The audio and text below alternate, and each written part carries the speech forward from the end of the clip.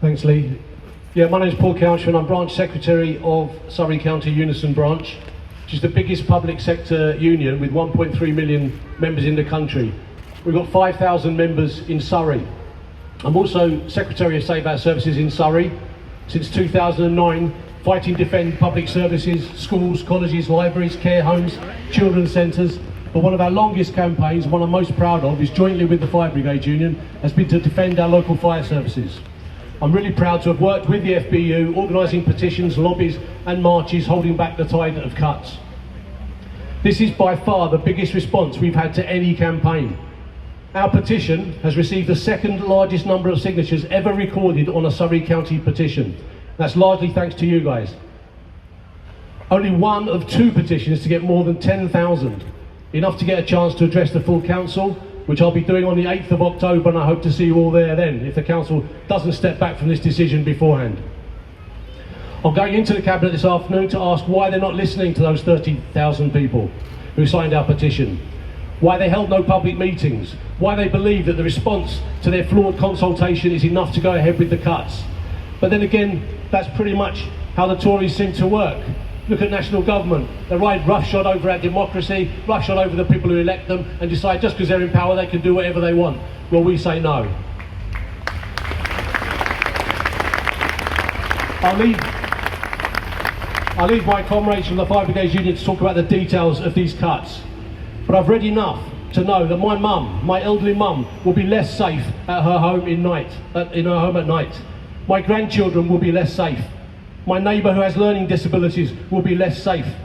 The council's own equalities impact assessment admits it.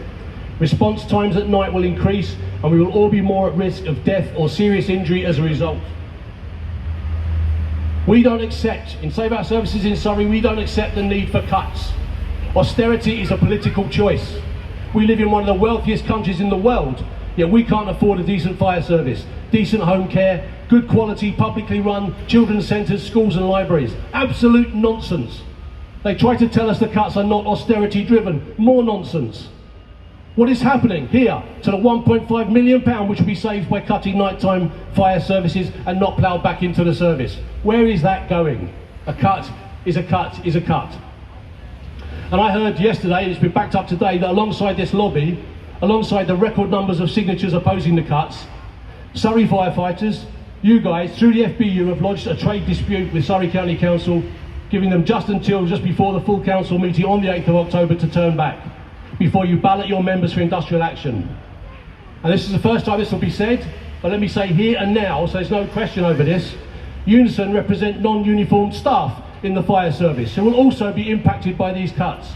I make a pledge today that we will go to those members and ask them to stand alongside their FBU comrades in this dispute.